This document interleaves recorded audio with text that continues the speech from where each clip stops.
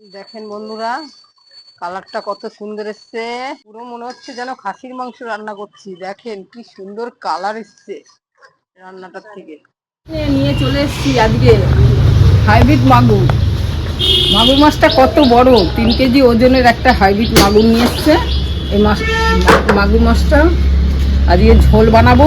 দাদা মাছটা কেটে নিচ্ছে। দাদার মুখের অবস্থাটা দেখেন, তাকাও একটু। দেখেন দাদাকে, দেখেন ছাই ছাড়া কাটতে পারছে না। এর জন্য আমি এই মাছটা নিজে কাটছি না, দাদা কাটছে।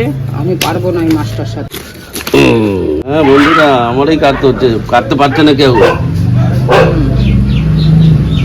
ছুটি ছাটার দিনে আমার বর নিজের মন মতন বাজার করে। একটা মাগুর মাছ কত বড় কেটে কেটে ওই নিজে দিল। আর আমার বৌমা এবার এগুলোকে ধুয়েছে, মাছগুলোকে দেখেন এমন ধোয়া ধুয়েছে।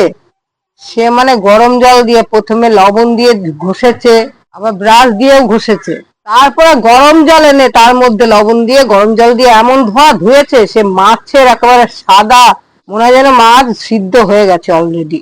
এইভাবে ধুয়ে একদম চকচকা করে নিয়ে এসছে, আমাকে রান্না করতে দিয়েছে। মা রান্না করো। আমি কড়াইতে তেল দিয়ে নিচ্ছি, হলুদ লবণ দিয়ে মাছগুলোকে মেখে নিচ্ছি ভালো করে। এমন সিদ্ধ করে ধুয়েছে, এমন